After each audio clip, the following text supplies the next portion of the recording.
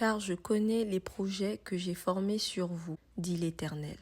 Projets de paix et non de malheur, afin de vous donner un avenir et de l'espérance. Jérémie 29, 11. Adil veut vous dire bonjour. Hein. La dernière fois, Adil a dit coucou tout le monde. Il croyait que j'étais en train de faire une vidéo. You want to say hi to my subscribers? Hi to subscribe. Ellie, you want to say hi too? Yeah. Okay, say. Hi, and give my mom a big thumbs up and subscribe to her. Thank you guys. You guys are so supportive. Since 06, I've been writing this story. I know be OG, but if you ask them know me. Coucou tout le monde, bienvenue sur ma chaîne, moi c'est Clara Grace 4. Si c'est ta première fois de passer par ici, je t'invite à t'abonner, à liker, à commenter, mais surtout n'oublie pas d'activer la cloche de notification pour ne manquer aucune de mes vidéos. Alors aujourd'hui on se retrouve pour une autre story time, et je sais que vous aimez les story time, et je sais que vous adorez les story time. Et cette story time en particulier, elle est bien quoi? Pimentée. Elle est bien quoi? Elle est bien quoi? Pimentée. You guys, aujourd'hui je suis venue vous raconter comment mon grand frère a fait accoucher une dame. Et puis lui, c'est à son habitude, hein. Mon grand frère, c'est à son habitude. Il a fait accoucher une dame devant chez nous. Avant de raconter cette dinguerie, on va d'abord parler de TapTapSend. Alors TapTapSend est une application d'envoi d'argent de l'Europe en Afrique ou encore des États-Unis en Afrique. Il n'y a que les gens qui sont à l'étranger qui peuvent faire des transferts, c'est très simple. Il te suffit de télécharger l'application dans ton téléphone, tu utilises mon code promo CLA 241 qui te permettra de bénéficier de 10 $ si tu es aux États-Unis, 5 € si tu es en Europe et 5 pounds si tu es à Londres. TapTapSend, c'est efficace, c'est fiable. C'est instantané, c'est l'application du moment. Moi je sais pas en quelle langue je vais vous dire un peu d'envoyer un peu d'argent à vos parents. Non, parce que je suis là fatiguée. Là vous là, il reste 2 jours, hein. C'est 2 jours, c'est 1 jour. Allez, bientôt la fin du mois, allez-y, envoyez un petit truc. Cherchez un peu à gratter les bénédictions un peu de gauche à droite. Moi je suis fatiguée de vous le dire, parce qu'à un moment donné, il faut comprendre que dans la vie, il faut être généreux. Oui, la générosité aussi c'est bien. Ça ne te fait pas de mal de penser à quelqu'un que tu aimes bien. Même 20 €. En France, c'est quand même beaucoup. Ou en 30 € par là, oui. Hein? Ah, faut aussi vous êtes chichot.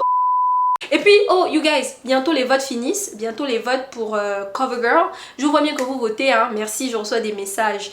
Donc, merci de voter pour moi. C'est vraiment gentil. Mais n'oubliez pas que les votes, c'est chaque jour. Donc, vous devez au moins cliquer sur le lien une fois par jour et voter gratuitement. Les votes sont gratuits. Je vois aussi qu'il y a des gens qui sont un peu confus. C'est pas payant. Si vous payez, c'est extra. Vous n'avez pas besoin de faire ça. Il y a un certain dragueur là. Il m'écrit que oh non, il a payé. J'ai dit que non bébé, il fallait pas payer. Pourquoi tu as payé en fait? J'ai pas aimé. Hein? Bon, merci, mais...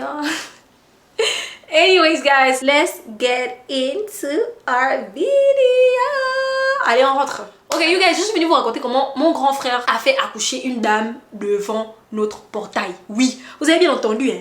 Il a fait accoucher une dame devant notre portail, les faits d'hiver. Sur ma chaîne là, il y a tout, hein. Il y a l'amour, il y a les faits d'hiver, il y a la bagarre, il y a tout, maman. Aujourd'hui, je suis venue vous donner un fait d'hiver. Donc, ce qu'il faut savoir déjà, mon grand frère, je vais vous donner un peu les caractéristiques de mon grand frère. Mon grand frère, c'est un cuisinier, c'est quelqu'un de très dynamique, c'est quelqu'un qui est open-minded. Quand je dis open-minded, c'est quelqu'un qui a la tête ouverte. Lui, il ne croit pas en... il faut... oh mon Dieu, le mot en français, settle for less. Lui ne croit pas que la vie s'arrête à s'asseoir quelque part, attendre qu'on te paye. Non. Lui, c'est un entrepreneur. Il a vraiment le mindset d'un Américain. Pour lui, tout ce qu'il doit toucher doit être... il aime l'entrepreneuriat. Vous voyez ou pas? Et pour la petite histoire, là, il est en train de travailler sur sa pizzeria et tout. Il veut une grande pizzeria. Il a vraiment le rêve d'avoir une grande pizzeria. Seigneur, donne-moi l'argent, je vais ouvrir la pizzeria à mon grand frère. Bref. Entre parenthèses. Donc c'est un jour comme tout autre. Et ce qu'il faut savoir, c'est que moi, mon frère, lui, comme il est entrepreneur, il n'a pas de travail en mode qu'il va aller s'asseoir dans un bureau. Donc il est toujours là, il observe, il voit bien les gens qui passent devant la maison. Et il s'avérait que la dame qui l'avait fait accoucher là, elle passait souvent là, elle faisait des visites juste à côté de chez nous, on a un dispensaire. Et elle partait tout au dispensaire faire des visites médicales pour son enfant. Tout le temps, elle passait là et il la saluait sans pour autant savoir que un jour, ils allaient se recroiser. Vous voyez la vie, hein. Le hasard n'existe pas. Mais c'est bizarre qu'il croisait toujours cette dame-là. Partout il allait, elle était là. Partout machin, elle était là. Un jour comme ça, la nuit, you guys. C'est la nuit. Hein. Tout, vous savez que nous, nos choses dans notre quartier, si vous avez bien remarqué, c'est toujours la nuit que ça se passe. Les banditismes, c'est la nuit. Le vampire, c'est la nuit. Les accouchements aussi, c'est la nuit. Donc on est là, on entend, il y a une dame qui pleure. Ah, qui va sortir à l'heure là que quelqu'un est en train de pleurer? Et nous, les trucs, c'est toujours devant chez nous. Que, qui va sortir à l'heure là que quelqu'un est en train de pleurer? Mais mon enfant là, le courage de ça. Déjà que c'est quelqu'un qui a grandi, pratiquement il a beaucoup vécu en France. Donc il a vraiment une montée, un white en fait. Mon grand frère c'est un blanc. Il a la mentalité des blancs. Lui il n'a pas peur. Lui n'a pas peur des sorciers. Il n'a pas peur. Ça veut dire qu'il s'en fout de tout ça. Pour lui il se dit si quelque chose doit arriver, ça va l'arriver. Donc pourquoi ne pas prendre le risque en fait? Hey, il est sorti là-bas. Quand il sort, on entend maintenant que qu'on pousse. Aïe. Moi je dormais. Mais j'entends tout le monde dans la maison te dire que mais il y a un problème dehors, il y a un problème. Pourquoi je sors pour mettre à la terrasse, j'entends que pousse comment? La dame en train de crier, la maman en train de hurler, le mari en train de hurler. On sort comme ça, on dit que oh, la dame est genre vraiment en position d'accouchement. On essaye de voir s'il y a les taxis, il n'y a pas de taxi, c'est aux environs de 3 h du matin. Vivre dans une cité sans voiture, c'est un péché, hein, vous là. Vivre dans une cité sans voiture, c'est un péché. Son mari n'avait pas la voiture, sa maman non plus, ni elle. Donc, il devait prendre le taxi pour aller à l'hôpital. Et elle nous dit que, la maman nous dit qu'on ne savait pas, dans les pleurs, hein, tout ça c'est dans les pleurs. Hein. La maman là nous dit qu'on ne savait pas que le dispensaire là n'était pas 24 h sur 24. Donc, pour nous, on a toujours gardé dans nos têtes que vu qu'elle fait les visites ici, si jamais elle a les contractions et autres, on va l'emmener au dispensaire. Dans le dispensaire, c'est juste c'est genre une petite clinique, hein, vraiment. C'était une petite clinique qui ouvre de peut-être 9 h du matin comme ça jusqu'à peut-être 16 h, 17 h, pas plus en fait. Mais elle ne savait pas et elle était nouvelle dans le quartier. Faut pas voir le mari stressé de la mort. Voici le plus courageux de notre famille, notre grand frère là. Il vient. Il dit, bon madame, là on n'a plus le choix. Il faut que tu sois forte. Il est comme une sage-femme. Non mais vraiment, mon frère là, ça c'est une des story time parmi tant d'autres. Il a vraiment le don de sauver les gens. Moi je sais pas comment il fait ça. Il a le don de sauver les gens. Moi, et je vais vous donner une petite anecdote à la fin d'une autre personne qu'il a aussi sauvé comme ça. Donc voilà comment la dame, elle se met en position d'accouchement. La maman est dépourvue de moyens, le mari, tout le monde se met autour d'elle, nous on est debout. Il dit vas-y pousse, ça va aller. Elle dit oh j'ai mal, il dit non, souffle, souffle. Tout ça là. Voilà. On est terrible dans notre maison là-haut. Pousse, elle est en train de pousser, pousse. Il n'y a que Dieu qui sait ce qui aurait pu se passer. Là, vraiment, Dieu est grand. Elle a poussé pendant peut-être combien de minutes. Elle était en train de pousser. À un moment donné, comme ça, you guys, on entend seulement pouf. Comme je vous dis là, pouf. L'enfant est sorti. Il a pleuré. C'était un petit garçon. Oh my god. Mon grand frère avait envoyé, je crois, un de mes frères aller chercher, je crois que c'était même Christo, aller chercher un taxi plus bas. Parce que les taxis devaient être plus bas puisqu'on est dans la cité en fait. Donc il a dit va plus bas. Forcément, il y aura un taxi là-bas, va plus bas. Comme ça, le taxi va remonter pour l'emmener directement à l'hôpital parce que le bébé, ils ont besoin de couper le cordon ombilical et tout. Ils ont besoin de faire les soins à l'enfant. Il faut que vous partiez maintenant. Au moment où mon grand frère prend, ils sont... Est-ce que... Ah, attendez-vous là. J'espère qu'ils n'ont pas coupé le cordon là. Non, attendez. Je peux l'appeler pour savoir s'il avait coupé le cordon. Je ne pense pas qu'ils avaient coupé le cordon quand même. Puisque je pense qu'à un moment donné, amenez les ciseaux. J'ai dit, ah! Maman avait dit pardon. Parce que ma mère, elle trouve trop que mon grand frère, c'est un aventurier. Donc ma maman, elle a dit, ah! Pardon. Qu'est-ce que tu me racontes là? Amenez quoi? Les ciseaux? Attendez, j'appelle. Je suis sûre qu'il va répondre. Il se fait tard maintenant là-bas. Comment elle... Bon, s'il répond pas, peut-être maman va répondre parce que maman, elle attend mon appel. She knows story time. Allez. Come on. Ah non, je me suis trompée. Hein. J'ai appelé... Attendez. Attends. S'il lui répond pas, je vais appeler maman. Je vais d'abord l'appeler lui. S'il répond pas, on appelle maman pour demander. Parce que je veux bien me rassurer que c'est ce qui s'est réellement passé en fait. Genre, est-ce qu'ils ont vraiment coupé? Parce que je me rappelle quand il avait dit on coupe, maman a dit hein? Vous êtes fous? Attendez, le taxi, elle va partir. Il n'y a pas de couper et tout. Et je suis pas d'accord avec ça et tout. Maman était pas d'accord. Elle a dit non, jamais. Vous croyez, oula, vous prenez pour qui et tout? Vous n'êtes pas des docteurs, hein? Il faut déjà l'accoucher. Et il attrapait le bébé. On a amené un pagne de ma maman et on a enveloppé le bébé dans le pagne parce que voilà, le vent, on voulait pas qu'il attrape froid et tout. Donc on a enveloppé le bébé dans le pagne et on l'a donné à sa maman. Elle le regardait, elle était fatiguée parce qu'elle a quand même poussé longtemps. Hein. Elle avait quand même poussé peut-être quand même quand même, on a duré là-bas. Peut-être 40 minutes. En tout cas, elle était quand même là. Et elle était dépassée. Maman aussi était dépassée. En fait, tout le monde était dépassé. On s'est dit, mais oh! On s'est dit que, mais à quelle heure? Et après, il a reconnu. Mon grand frère l'a reconnu. Mon grand frère a dit que, mais c'est là, je sais pas toi qui viens souvent là au dispensaire là, mais je me rappelle de toi, on se salue souvent. Elle dit, ah oui, et tout. Elle dit que, ah, c'est comme si, quand on se voyait là, Dieu savait que j'allais t'aider à accoucher et tout. Attendez, maman, il attend. Allô, maman? Je suis en train de faire... Allô, tu m'entends? Oui. Je suis en train de faire la story time de Willy là. J'ai une question. Est-ce que tu te rappelles quand Willy avait fait accoucher la femme là devant le portail? Devant la maison là-bas? Oui. Est-ce que tu te rappelles qu'il voulait couper le cordon ombilical? Mais je ne suis pas sûre. Tu avais crié celui que... Vous connaissez quoi? Est-ce que c'est... Il avait coupé ou bien il pas? Oui, il avait coupé. Ah, il avait coupé. Est-ce qu'il avait même coupé? Demande-lui un peu. Oui, mais je n'arrive pas à le joindre. C'est pour ça que je t'ai demandé à toi. Parce que je me souviens comment toi, tu étais inquiète. On avait pris ton pagne. On avait mis le bébé dans le pagne. Et puis, tu avais dit que... Et puis, on avait mis dans le seau. Oui, on avait... Oui, on avait mis dans le pagne, dans le sang. Maman avait dit que... Mais vous êtes fous. Vous n'êtes pas des docteurs. Vous voulez couper le cordon ombilical. Mais je ne me rappelle plus vraiment. J'arrive pas à le joindre. Je suis en train de faire la story time là sur ma chaîne YouTube. Je ne crois pas qu'il avait coupé. On avait... La dame, la jeune fille l'avait amené. L'enfant, on l'avait mis dans quelque chose. Je me rappelle, on avait envoyé quelqu'un le taxi, oui, chercher le taxi au Carrefour. Et puis la personne est remontée avec le taxi. Bon, non, il n'avait pas coupé. On avait jamais interdit parce qu'il y a une longueur qu'on respecte. Oui. Je veux dire non. Donc on avait mis l'enfant avec le placenta, tout. Et c'est comme ça qu'il n'avait pas coupé. Ah, ok, d'accord. Ok, merci. J'avais interdit ça parce que... Oui, tu avais interdit. Quand ça dépasse 5 minutes, c'est pas mal. Okay. Bon, je te rappelle, merci. Oh, vraiment. Donc, vous voyez, vous avez la conférence de maman, non? Maman dit en fait qu'elle avait dit de ne pas couper. Il n'avait pas coupé. Parce que je me souviens comment elle était. Elle avait dit non, hey, non, je veux pas des problèmes. Il y a une longueur à respecter et tout. Donc, elle était vraiment pas d'accord à ce qu'il coupe. Mais comme au moment où il voulait couper, c'est là où le taxi est venu avec mon grand frère. Donc, Dieu merci, elle est montée dans le taxi. Ils sont partis à l'hôpital. Et you guys, mind you, elle est revenue avec le bébé. Je pense qu'il avait croisé avec le bébé et elle a donné le prénom de mon grand frère à son fils. En gros, en guise de genre son homonyme, quoi. C'est grâce à lui que genre t'es là, qu'on n'a pas eu de problème, que vraiment il a eu le courage, il a vraiment eu le courage de... C'est-à-dire, mon grand frère là, vous ne pouvez pas comprendre. Mon grand frère, je crois que c'est le plus courageux des enfants de ma maman. Hein. Il a un courage incroyable. Il n'a pas eu peur pendant que tout le monde était en mode... Oh, tu vois, tout le monde était en mode... Mais lui, même maman était debout en mode... Like, what? Même la maman de la fille. Mais lui, il était là. Il attendait l'enfant. L'enfant est... Mon Dieu. Attendez. Je sais pas si on peut la voir. Parce que là, c'est intense. Quand vous voyez quand la famille rentre dedans, là, c'est intense. Attendez. Je vais essayer une dernière fois. Hein. Une toute dernière fois. S'il répond pas, c'est pas grave. Donc, en tout cas, il a vraiment... Il a dit que quand il a touché le bébé était tout chaud. Que le bébé était tellement chaud.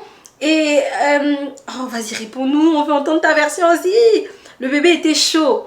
Et on l'a, comme vous avez entendu, on l'a mis dans le panier, on l'a mis dans un seau. Et ils sont partis à l'hôpital. Elle a donné le nom au fils et tout. Mais mon grand frère là, c'est pas seulement la seule chose. Hein. Est-ce que vous vous rendez compte que moi, mon grand frère, notre voisine, donc du coup, vous voyez la même maison où Cynthia est décédée. Donc pour ceux qui ont regardé la story time du coup de Cynthia. Cynthia c'était une, moi je la considérais comme ma grande soeur. Hein. Bref, mais pour ceux qui ont regardé cette story time là, c'est la même maison en fait. C'est encore chez les Stitch, c'est chez les Stitch.